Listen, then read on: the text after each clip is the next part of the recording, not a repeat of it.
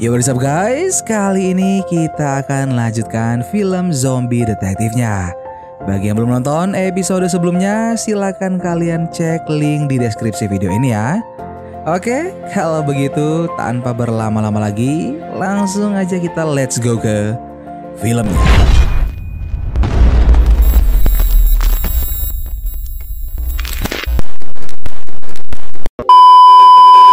Film diawali dengan memperlihatkan Moyung yang sedang pusing. Lalu terdengarlah suara Sunji mengetuk pintu rumahnya. Moyung membuka pintunya, lalu Sunji memohon agar Moyung mau melanjutkan misi pencarian Yeonju serta mengungkap kepercayaan sesat milik Kwang-sik. Moyung hanya terdiam lalu menutup pintunya lagi.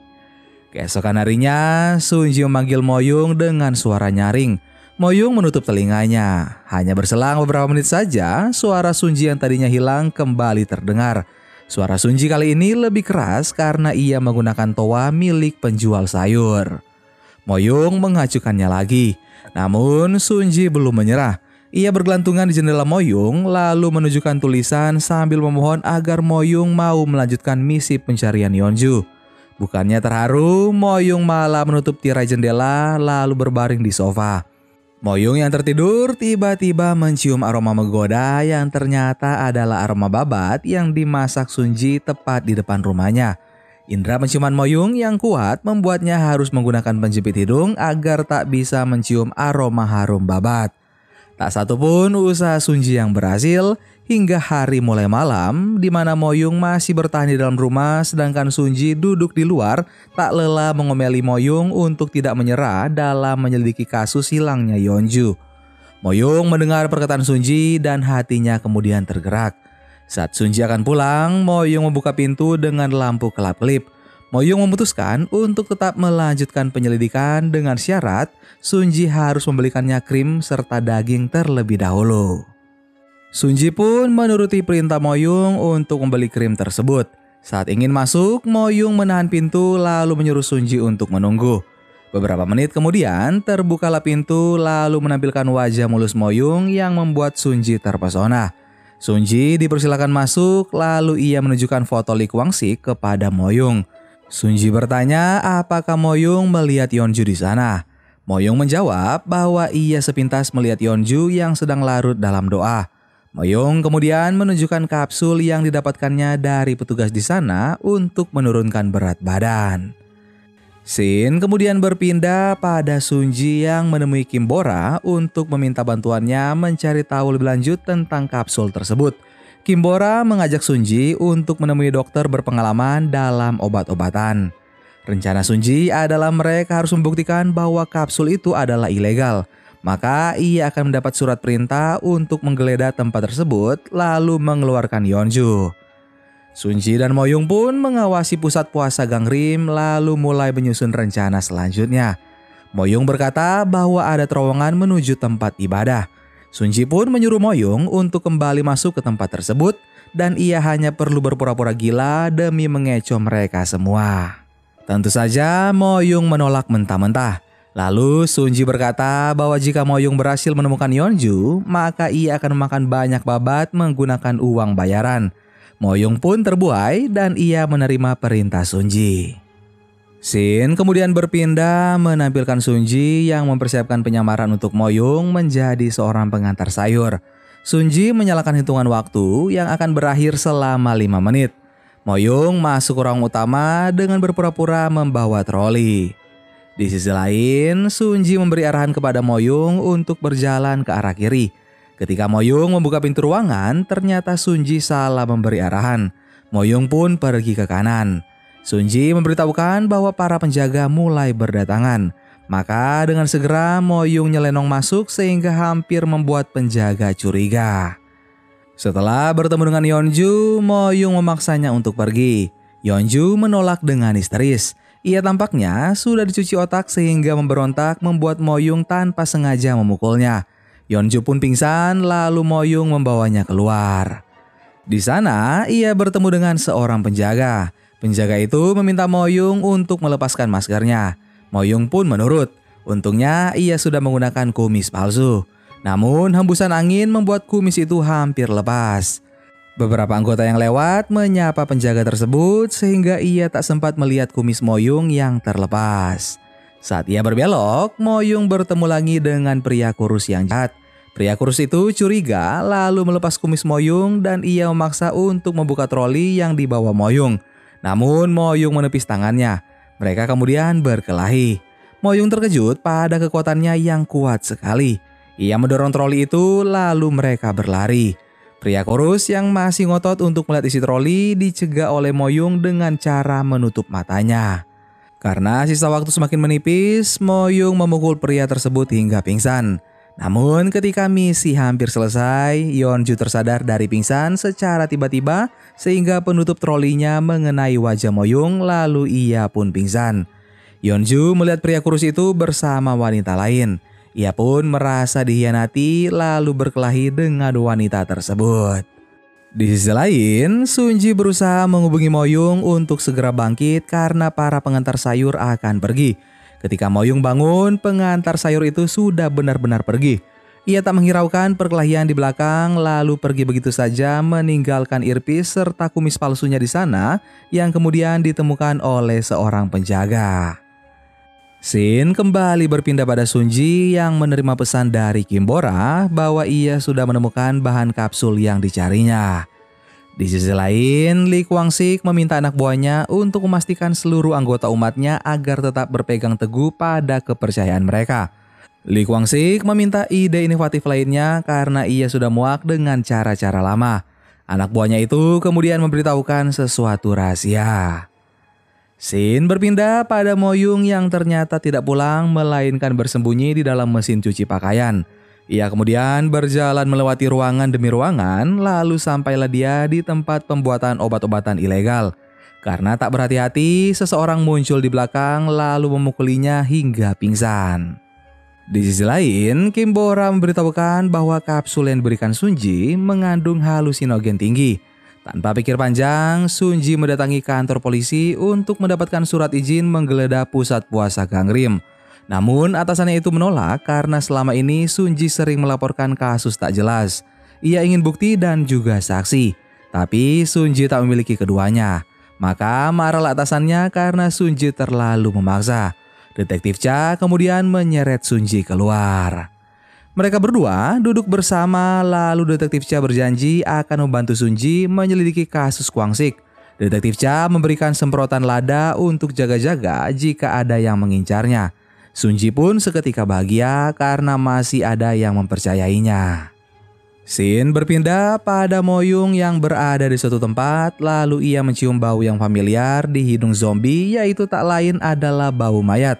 Kemudian lampu menyoroti wajahnya lalu tampaklah Kwang-sik di depan. Kwang-sik menginterogasi Moyung tentang kemampuannya ketika ditabrak mobil yang melaju dengan kecepatan 70 km per jam namun berhasil selamat tanpa cedera. Moyung juga melompat dari jendela dengan memecahkan kaca namun tak ada setetes darah yang keluar dari tubuhnya. Moyung berkata bahwa ia adalah manusia yang tak bisa merasakan sakit. Kwang-sik kemudian membuktikannya dengan menusukkan garpu pada kakinya. Melihat Moyung yang sama sekali tak merasa sakit membuatnya tercengang lalu mendapatkan ide brilian yaitu memanfaatkan Moyung untuk ditunjukkan pada umatnya sebagai mujizat.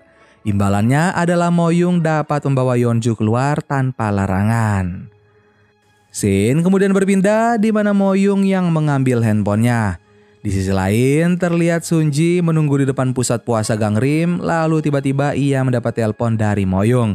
Sunji lalu memberitahukannya bahwa obat dari tempat itu mengandung halusinogen. Moyung menyuruh Sunji untuk datang pada upacara kesaksian. Moyung ingin Sunji membawa Yeonju keluar apapun caranya. Pada keesokan harinya, Sunji menyusun rencana dengan menggunakan drone mainan milik Jeonwoo. Ia melihat seluruh denah di pusat puasa Gangrim. Di sisi lain, terlihat Kwang-sik bekerja sama dengan Moyung untuk menipu para umat. Ia berlatih setiap hari bersama para penjaga lainnya.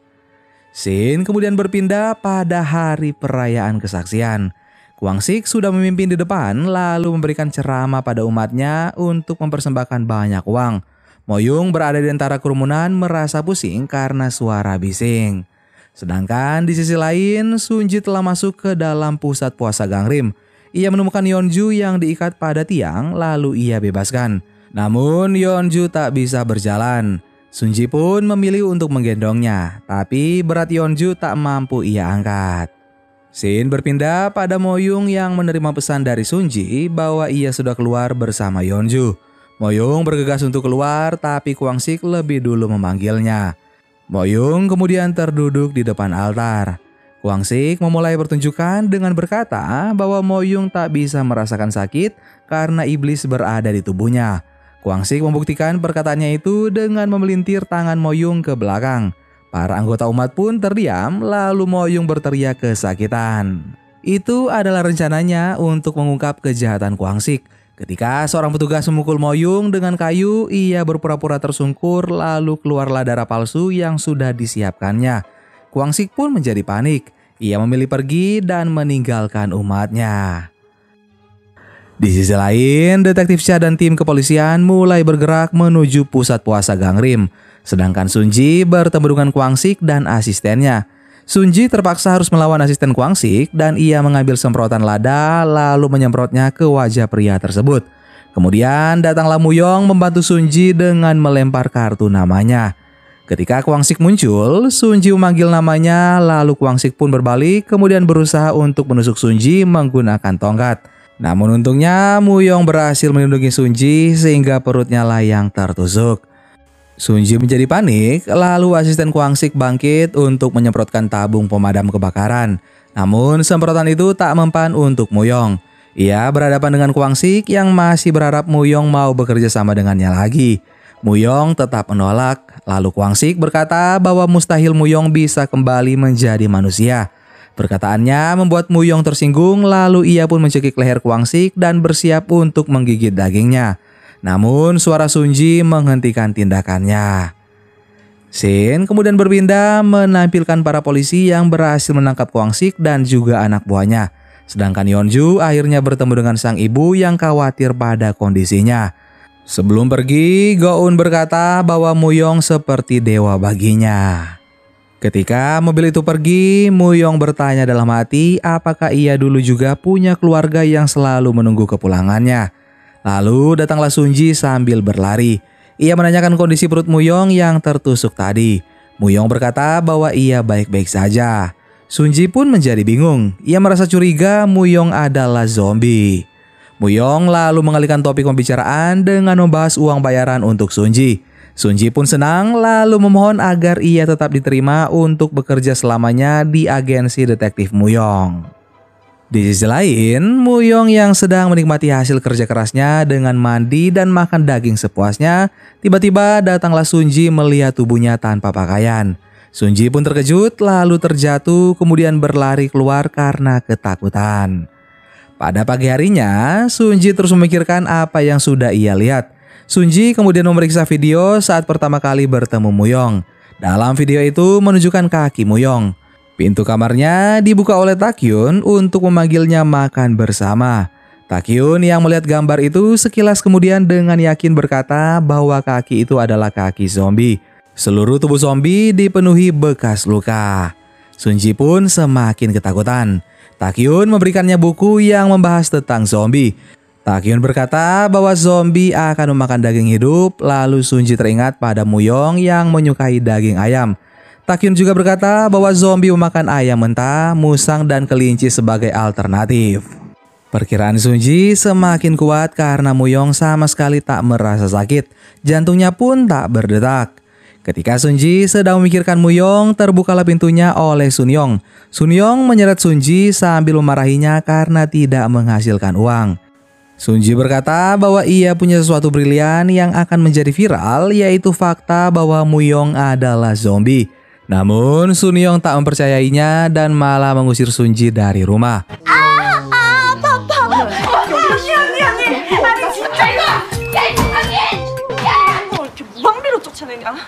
Scene kemudian berpindah menampilkan Sunji yang datang menemui Muyong dengan menggunakan pakaian pelindung.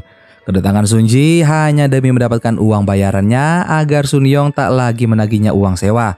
Setelah mendapatkan uang tersebut, Sunji tiba-tiba sakit perut hingga tersungkur. Muyong berusaha untuk membantunya, tapi Sunji malah mengira Muyong akan memakan dagingnya. Dengan pasrah, ia membiarkan Muyong membuka alat pelindungnya, lalu ia pun pingsan. Scene pun berpindah di mana Sunji yang berada di rumah sakit.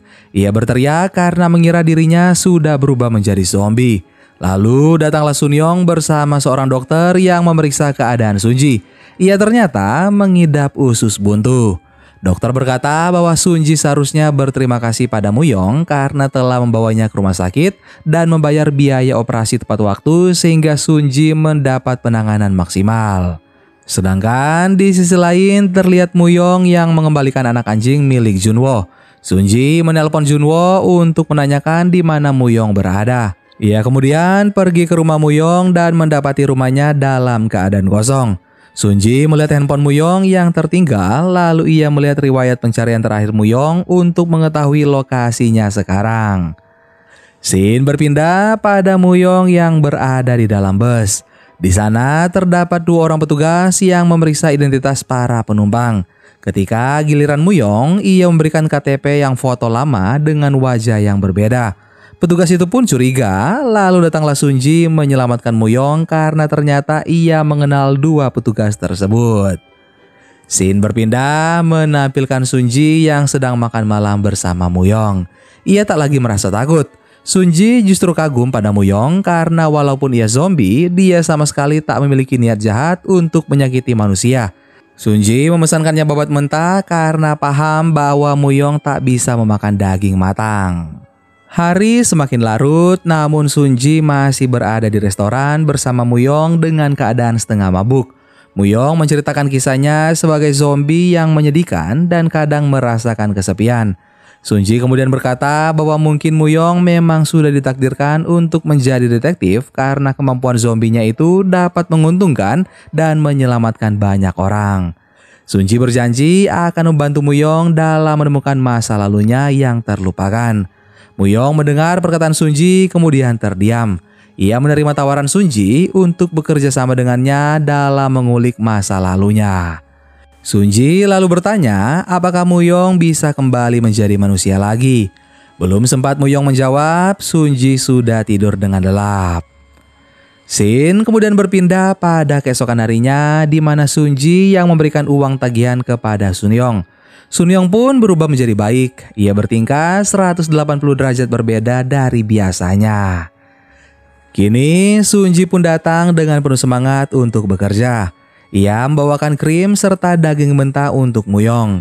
Sunji membantu membereskan barang-barang, lalu ia kemudian menanyakan pertanyaan frontal yang membuat Muyong tak nyaman. Muyong pun mengusirnya dari rumah. 대소변도 해요? 비데는 써봤나? 들어오지 마시고 제발 집으로 가세요. 아셨죠? Scene lalu berpindah pada Muyong yang baru keluar dari rumah. Ia bertemu dengan Sungrok yang menghalangi jalannya. Muyong melewatinya tanpa basa-basi lagi. Sedangkan di sisi lain, tim detektif Cha mencari tahu tentang Muyong. Mereka ingin memberi penghargaan karena telah membantu menangkap Lee Kwang-sik. Scene kembali berpindah pada Muyong yang membeli pakaian baru. Sepulangnya dari toko, penampilannya mendapat perhatian dari banyak orang. 사입었다. 좀비도 죽기 전엔 저들과 다를 바 없는. Di sisi lain, Sunji bertemu dengan Junwo dan kedua temannya. Junwo mengeluh lelah belajar setelah ujian, maka Sunji pun memberi hadiah untuk bermain di mall. Sunji ikut memainkan permainan menembak zombie, lalu tiba-tiba ia teringat pada Muyong. Sunji memilih untuk berhenti bermain dan ia berpikir bahwa semua makhluk pantas untuk bertahan hidup. Scene berpindah pada detektif Cha yang menemui Muyong untuk menyelidiki identitasnya. Detektif Cha curiga bahwa Muyong telah melakukan penyamaran dengan membuat identitas palsu. Muyong pun terdiam. Ia berusaha untuk berlagak tenang lalu berkata bahwa pekerjaannya sebagai detektif memang mengharuskannya untuk menyamar menjadi orang lain. Detektif Cha pun mengerti, tapi tiba-tiba datanglah Sunji dengan raut panik. Detektif Cha mengajak Muyong untuk makan malam bersama, namun Sunji menolak demi melindungi identitas asli Muyong. Detektif Cha kemudian pulang lalu memberi pesan agar Sunji berhati-hati pada Muyong. Scene kemudian berpindah di mana Muyong menonton drama seorang pria yang amnesia. Saat pria itu bangun dari koma, ia terkejut karena ternyata dirinya adalah pewaris tahta. Muyong kemudian berhayal memikirkan kemungkinan bahwa dirinya juga sebelumnya adalah orang kaya. Namun khayalannya itu berakhir karena naluri zombie menghancurkan semuanya. Sunji membantu Muyong menemukan identitas aslinya dengan memeriksa pakaian serta barang yang ada di saku bajunya. Sunji menemukan pemantik zaman dulu lalu mengunggahnya ke sosial media untuk mencari tahu asalnya. Tak lama kemudian Sunji menerima pesan dari seseorang yang mengetahui asal pemantik tersebut. Scene kemudian berpindah pada Muyong dan Sunji yang menunggu kedatangan orang tersebut di pinggir jalan. Sosok misterius tampak mengawasi dari kejauhan. Lalu sebuah pesan yang berisi bahwa orang tersebut tak bisa menemuinya karena urusan mendadak. Dalam situasi itu mereka bertemu dengan Hyongchol dan Sunji menyapanya lalu memberikan kartu nama Muyong agar jika Hyongchol dalam masalah ia bisa menghubungi agensi tersebut. Hyongchol menerima telepon dari istrinya yang memberitahu bahwa ibu Hyongchol yang sudah tua tiba-tiba menghilang. Karena merasa kasihan, Sunji memutuskan untuk mengajak Muyong agar mau membantu Hyongchol mencari ibunya. Dengan terpaksa, Muyong mengikuti permintaan Sunji. Di sisi lain, terdapat Sungrok dan Wang Wei yang menguntit mereka. Scene kemudian berpindah di mana ketika mereka telah sampai di tempat hilangnya ibu Hyongchol. Sunji dan Muyong pergi bersama sedangkan Hyongchol berpencar ke tempat lain. Sunji meminta Muyong untuk mencium bau ibu Hyongchol. Lalu Muyong menemukan arah jalan yang memiliki aroma seperti ibu Hyongchol. Ia terus berjalan lalu menemukan kartu identitas, kemudian bertemulah dia dengan ibu Hyongchol yang sedang duduk sambil memegang payung. Muyong berhasil menemukan ibu Hyongchol duduk di dekat hutan terlarang. Ia mencium bau hewan liar lalu Sunji menuju ke arah babi hutan yang datang menyerang. Muyong kemudian berlari menyelamatkan Sunji. Ia memberikan payung lalu menyuruh Sunji dan ibu Hyongchol untuk berlindung serta menghitung 1-100 selagi dirinya berkelahi dengan babi. Sunji duduk membelakangi. Ia mendengar suara Muyong yang terjatuh. Walaupun tak bisa merasakan sakit, Muyong hanya bisa merasa malu karena kalah melawan hewan berbulu. Muyong kemudian berlari ke tebing untuk memancing babi tersebut. Rencananya hampir berhasil karena babi itu melompat dari atas, namun sialnya bajunya tersangkut pada tanduk babi lalu ikut terseret jatuh ke jurang. Sunji yang tak lagi mendengar suara Muyong kemudian memeriksa sekitaran. Ia berteriak memanggil nama Muyong. Sedangkan di sisi lain tampak Muyong yang memikul babi tersebut dan berhasil ia makan sebagian. Kejadian ini pun viral dan muncul dalam berita. Detektif Cha lagi-lagi merasa curiga karena membunuh babi hutan dengan tangan kosong adalah hal yang mustahil. Bahkan peluru sekalipun tak bisa membunuh hewan tersebut. Scene berpindah pada Muyong yang diliput oleh para wartawan. Di sisi lain, Sunji duduk bersama ibu Hyongchol lalu datanglah Hyongchol menjemput ibunya. Hyongchol berterima kasih pada Muyong, lalu ketika ia dan ibunya hendak pulang, ibunya tiba-tiba berbalik lalu memeluk Muyong sambil berkata bahwa Muyong adalah anaknya. Hyongchol meminta maaf lalu menarik ibunya untuk pergi.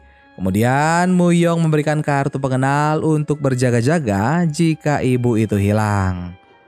Pada malam harinya, Sunji teringat pada aksi heroik Muyong. Walaupun dia zombie, Muyong masih memiliki hati nurani untuk menyelamatkan manusia. Sedangkan di sisi lain, Muyong ternyata sedang mengingat ibu yang ia selamatkan tadi. Ibu itu tampak menyayanginya seperti anak sendiri. Scene berpindah pada Sungrok yang iri terhadap ketenaran Muyong di sosial media. Ia mengirim komentar buruk tentang Muyong lalu Wang Wei menegurnya agar tidak menfitnah orang baik. Namun Sungrok tetap mengirimkan komentarnya. Pada keesokan paginya, Muyong membaca komentar Sungrok dan belum sempat ia membalas pesan tersebut, Sunji datang lalu berkata bahwa ia mempunyai cara untuk tahu masa lalu Muyong. Sunji ternyata membawa Muyong ke dukun. Dukun itu meminta untuk dipanggil Nona Peri. Walaupun wanita itu dukun, Muyong tetap mempercayainya lalu memberikan uang untuk mendapat jimat. Namun Sunji melarangnya lalu menatap wajah Nona Peri. Ia kemudian teringat bahwa ternyata nona peri itu adalah penipu. Sunji mengambil lonceng lalu membunyikannya sehingga membuat Muyong pusing lalu teringat pada masa lalunya.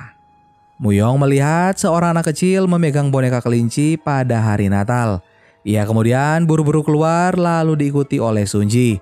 Muyong berkata bahwa masa lalunya sudah pasti berhubungan dengan Sori, anak kecil yang diculik Sinterklas. Sunji menghubungi detektif Cha untuk menanyakan apakah ada barang bukti berupa boneka kelinci yang mereka temukan. Detektif Cha berkata bahwa tidak ada boneka di TKP. Sunji kemudian mendapatkan ide, yaitu dengan mengajak Muyong melihat barang-barang milik Sunji, siapa tahu ingatannya perlahan kembali. Scene kemudian berpindah di rumah Sori. Sunji meminta izin untuk masuk, tapi permintaannya ditolak karena ayah Sori sedang berada di luar negeri. Sunji kemudian mengajak Muyong ke makam Sori. Sunji berkata bahwa sejak kecil ibu Sori meninggal dunia, sedangkan ayahnya selalu disibukkan dengan pekerjaan di luar negeri. Sori selalu menanti-nantikan kehadiran ayahnya, namun hingga akhir hayat, Sori tidak bisa merasakan kasih sayang penuh dari sang ayah. Sunji dan Muyong kemudian berjalan bersisian dan Muyong bertanya mengapa Sunji sangat terobsesi pada kasus Sori. Sunji berkata bahwa sebulan sebelum Sori meninggal, ia menyelidiki kasus ayahnya. Tepat setelah siaran acaranya ditayangkan, Sori pun diculik. Sunji merasa bersalah karena jika saja ia tidak ikut campur, maka Sori akan tetap menjadi anak biasa dan tidak diincar oleh pelaku. Di sisi lain, memperlihatkan Taekyun yang menyelidiki tentang hewan-hewan hutan yang mati secara misterius. Ia yakin bahwa hewan-hewan itu dimakan oleh zombie. Menurut observasinya, setelah memakan hewan, si zombie secara perlahan akan memakan manusia. Scene kemudian berpindah pada detektif Cha yang menerima informasi dari rekannya mengenai foto kelinci yang ditanyakan oleh Sunji. Rekannya berkata bahwa boneka tersebut tidak ditemukan di TKP maupun rumahnya. Sunji pun meneruskan foto yang dikirim detektif Cha pada Muyong lalu bertanya apakah benar boneka itu yang dilihatnya. Muyong berkata bahwa ia yakin itulah boneka dalam ingatannya. Scene kemudian berpindah di mana Muyong yang terkejut melihat keadaan rumahnya yang berantakan. Ia mencari-cari barang yang hilang, yaitu pemantiknya. Scene berpindah pada seseorang yang memakai pemantik milik Muyong untuk membakar surat kabar serta boneka kelinci milik Sori. Orang itu adalah Yongchol. Dan film pun bersambung. Yang penasaran dengan episode selanjutnya dari Zombie Detektif? Jangan lupa subscribe dan nyalakan notifikasi ya, biar kalian gak ketinggalan. Sampai di sini dulu video kita kali ini. Sampai ketemu lagi bareng Mimin Guanteng di esok hari dengan film Zombie Detektif. Dadah!